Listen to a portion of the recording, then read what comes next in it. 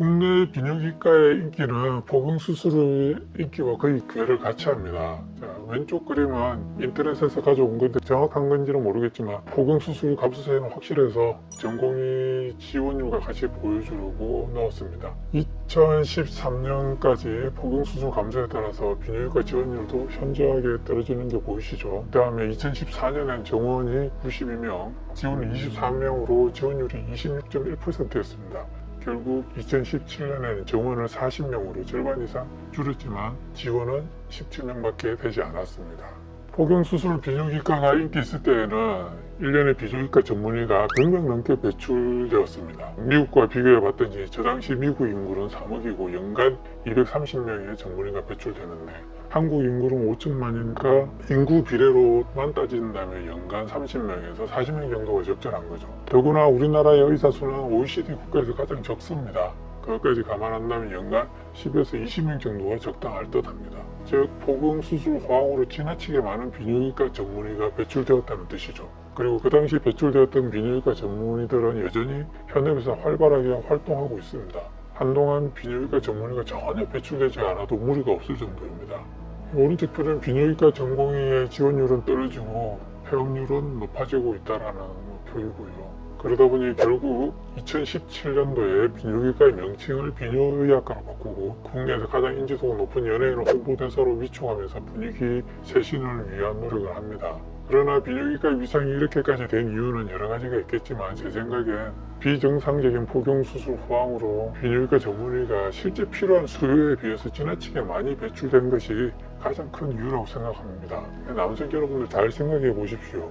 포경수술 제외한 비뇨기과 갈 일이 뭐 그렇게 많을까요? 나이 들어서 중년이나 노인이 되면 뭐 전립선 등의 문제로 갈 일이 조금 생길 겁니다만 별로 갈 일이 없습니다. 여성들이 산부인과 가는 것과는 차원이 다릅니다. 그러다 보니 비뇨기과는 다른 과에 비해서 훨씬 더 다양한 별의별 광고를 다 합니다. 아들은 고래 잡고 엄마는 젊어지자, 많은 포경수술 가격 할인 이벤트, 우리 아들도 해야 하는데 가격으로 승부하는 것도 있고요. 무통 포경수술, 레이저 포경수술, 초박피 포경수술 20% DC 예쁘게 한다는 광고도 있네요. 예전에 대한비뇨기과 개원의사회에서는 뭐 귀여운 아들의 포경수술, 아내를 위한 정관수술 꼭 비뇨기과에서 받으라고 이렇게 적극적으로 홍보하는 문구를 만들어서 비뇨기과에 배포하기도 했습니다. 보셨다시피 포경수술을 시키기 위해서 엄마를 끌어들이기도 하고요. 할인, 저렴한 비용, 통증이 없다는 등 레이저를 사용한다는 등 칼이나 레이저나 잘라내는 거 똑같은데 이게 무슨 의미가 있는지 모르겠습니다. 초박핀이 어쩌냐 하는데 제가 보기에는 아무 의미 없는 상술일 뿐입니다.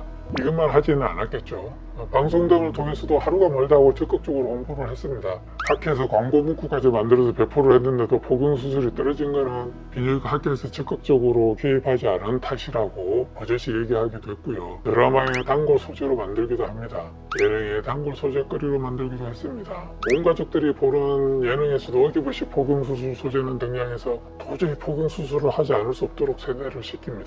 그 와중에 미성년 남자 당사자들의 프라이버시는 안중에도 없습니다. 그냥 시청률만 올리면 된다고 생각하는 것 같습니다. 2022년 산리남의 중학생 단체 포경수술 사건은 그 중에서도 가장 최악의 사건이었던 것 같습니다. 이 사건은 과정에 있어서도 심각한 문제였지만 사건 이후 대처도 최악이었습니다. 시청자들의 항의가 빗발치자 방송 담당자는 변명으로 일관된 무성의한 사과문을 한 페이지 게시하고 끝냈습니다. 사과문을 한 줄로 요약하면 난 아무 잘못 없지만 방송을 본 네 기분이 나빴다면 미안 정도였습니다. 일방적으로 포경수술을 가스라이팅해서 결국 중학생 아동들은 수술 때 올린 비뇨기과 전문의는 자신의 동영상에 비난이 빗발치자 사과 한마디 없이 그 동영상 전체를 삭제해버리는 걸로 사람들이 올린 게시글까지 다 삭제해버리는 걸로 대처를 했습니다. 그리고 지금도 버젓이 여러 방송과 유튜브 등을 통해서 활발하게 활동하고 있다고 합니다. 학생들을 대상으로 성교육도 한다고 합니다.